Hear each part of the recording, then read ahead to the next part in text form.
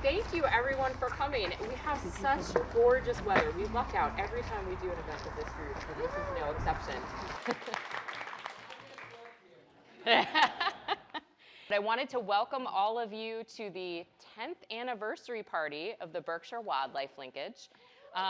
Many of you have been part of this initiative since the beginning, but some of you are new. So I wanted to just give a very, very brief history. That was beautiful this morning to get out in nature and see a bunch of birds and wildlife sign. All the tracks. So thanked Andy Fenton. Andy is responsible for us having all of this food and the hot chocolate with whipped cream and all those little touches. So thank you, Andy. You may notice on this map there's this logo up here of the Staying Connected initiative. So about 15 years ago, a number of organizations and state agencies within the New England states and New York and in the Eastern Canadian provinces formed this initiative called the Staying Connected Initiative in the Northern Appalachians and Acadian Mountains. And that group recognized the global importance of this place that we're standing in here, especially for wildlife movement as climate change makes it harder for wildlife to find the conditions that they need, whether that's for breeding, for eating, or just for spending their whole life cycle. We are really lucky to have a mostly forested landscape here and some huge protected areas. So think about, the Adirondack Park in New York and protected Queen lands or province lands in Quebec. But there are also parts of the landscape that are dividing those big protected areas of habitat. And one of the things that Julia and I wrestled with on this map is you really can't show all the roads because that's all you see. So we only have some of the roads turned on here. It's a fantastic landscape in terms of the ecological condition of the land. We also have a lot of these potential barriers of roads. And so climate change is making it so that wildlife need to move farther and faster than they ever have. And the Staying Connected initiative really wants to make sure that that landscape is movable for wildlife and movable for people. And often that's the same thing. You have a good, resilient road system with enough passages for water to go under it. You often are able to then build in that wildlife passage the same way. So the Staying Connected initiative has a number of linkages that connect large protected areas. And where we are standing now is the Green Mountains to Hudson Highlands linkage. Locally, we call it the Berkshire Wildlife Linkage. And it connects the Green Mountains in Vermont down to the Hudson Highlands in New York. So in winter of 2013 and 2014, Nancy Rich, who's around here somewhere, and Andy Fenton and I put on snowshoes and we trekked between two forest core areas in the hill towns. It was our very first ground truthing trip as we were working to make this linkage an official part of the Staying Connected initiative. We had a great hike. It's very hard to get there from here. Remember, we left a car, right? We drove the car, we left a car, we drove the car back to where we were ending up. We put on our snowshoes and hiked back to the first car. And that was sort of what launched this whole thing. So the one reason for doing the hike this morning was to sort of come full circle. We started with a wildlife hike, and now 10 years in, we had another wildlife hike to celebrate. On every agenda, I put our vision, because this is really what we are all working towards, even as the individual work that some of us might do, or the individual people from organizations who are coming to the table might change over time. So our vision is that we envision a landscape stretching from the Green Mountains in Vermont to the Hudson Highlands in New York and beyond, where core habitats are protected as well as corridors between them. People and wildlife of all types, from bears to beetles, move freely and safely. People move along roads, and wildlife and water move under roads. Foxes, otters, salamanders, and mobile wildlife are our measuring stick. If we are successful, these animals can always reach their next home through a landscape that provides for their needs as well as for ours. So because I didn't want to spend a lot of time talking at you, and because this is a party, I thought instead of doing a bunch of presentations, we would basically tell stories. And so the first story is actually going to be of a land protection project. Meredith has a video that I have queued up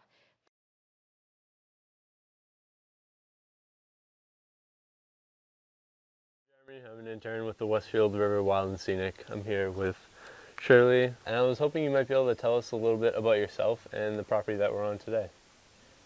All right. Myself, when we bought this property, we were living in New Haven. Mm-hmm. My husband was a psychiatrist there. We bought it with another family, and it's been a blessing, ever since. Is this property under a conservation easement? All of it is, except 13 acres over there along the road, Mm-hmm. and they don't put easements on buildings and building lots. They leave that open because that's not what they're interested in conserving. It's about 140 acres of it are under conservation with the Hilltown Land Trust. And can you tell me a little bit about the process of going through that? It didn't happen overnight. There are a lot of things that had to be decided about it. One of the things to remember is that they were interested in this land because it was connected to Hiram Fox and connected with a lot of other private and state-owned conserved land. So it filled a chunk. It had contiguity, and they want to be sure that animals and plants, as they migrate with global warming, are going to have saved, preserved land and as pathways to wherever it is they're going to end up going. No close encounters. The only bear encounter we had was years ago when I decided it was a good idea to put my garbage can outside my kitchen, and they came and stole the whole thing. Oh, jeez. And it had mostly diapers in it from my granddaughter. Not much of a win for that bear. Well, as a funny thing is that she and her eventually found it again, way, way, way up there in a gorge that's part of our property. A garbage can? Yeah, my son and his daughter came back with it. But when it went up there, she was a baby in diapers, and that was what was in the trash can. When it came back, she was the one carrying it.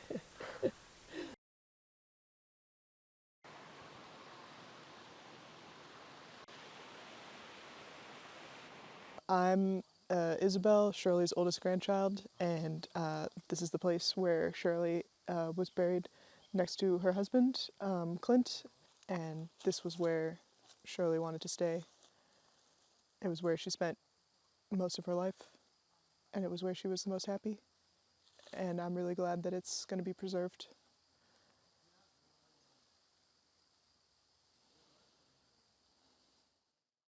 So this is actually the place where the sale of this land was closed.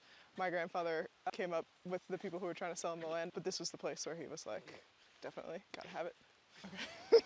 So one time we were hiking through the woods, and then we were on our way back along the road, and we found a totally dead, mostly decomposed fisher cat on the side of the road, and I was like, whoa, cool. So I picked it up with a stick, and we were walking back to the house, and my dad was like, your grandma's gonna love that. And I was like, yeah, I bet. And so we got back to the house, and Grandma came running out, and she was like, what you got there? And I was like, a dead fisher cat. And she was like, cool. She loved all of nature, including the gross stuff.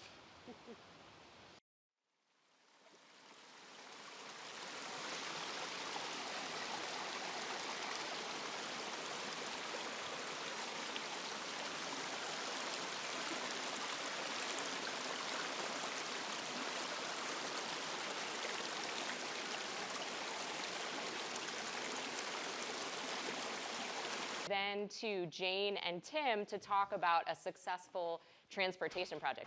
So in the Berkshires, with Jane and Beat and with some really dedicated volunteers and a great protocol, from the North Atlantic Conservation Collaborative for really assessing both how water flows and culverts and bridges may represent opportunities or barriers for aquatic species, but also can you do it terrestrially? Are they big enough to allow species to trot along as they might wish? Anyone who's watched bobcats knows that they'd much prefer to go through a hole in the ground than run across the road in front of you, and others too. We started doing North Atlantic Aquatic Connectivity Collaborative work back in 2011. We've got a lot of the Berkshires initially covered. Yeah, some of the data isn't great and it's old, but HVA and BEAT looked at all the culverts we had assessed and said, okay, where are really high priority culverts on a really good stream where we can make a difference? And 2 stood out.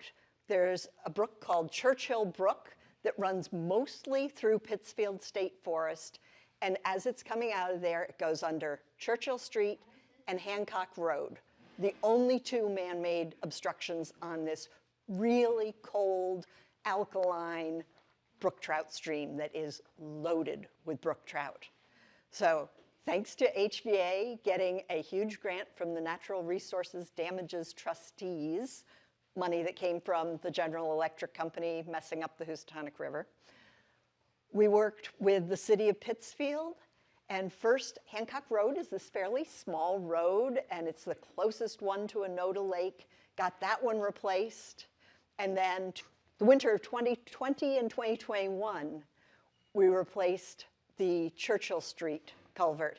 When I first saw that culvert with Carrie Banks, we couldn't find the inlet. It was completely covered. Later we found that, yes, there actually was sort of a pipe. It was broken into at least 3 sections and rusted through in there. We did find the rib cage of a deer right next to the culvert, assuming that it got hit by a car. That winter, that culvert got replaced with a good-sized bridge.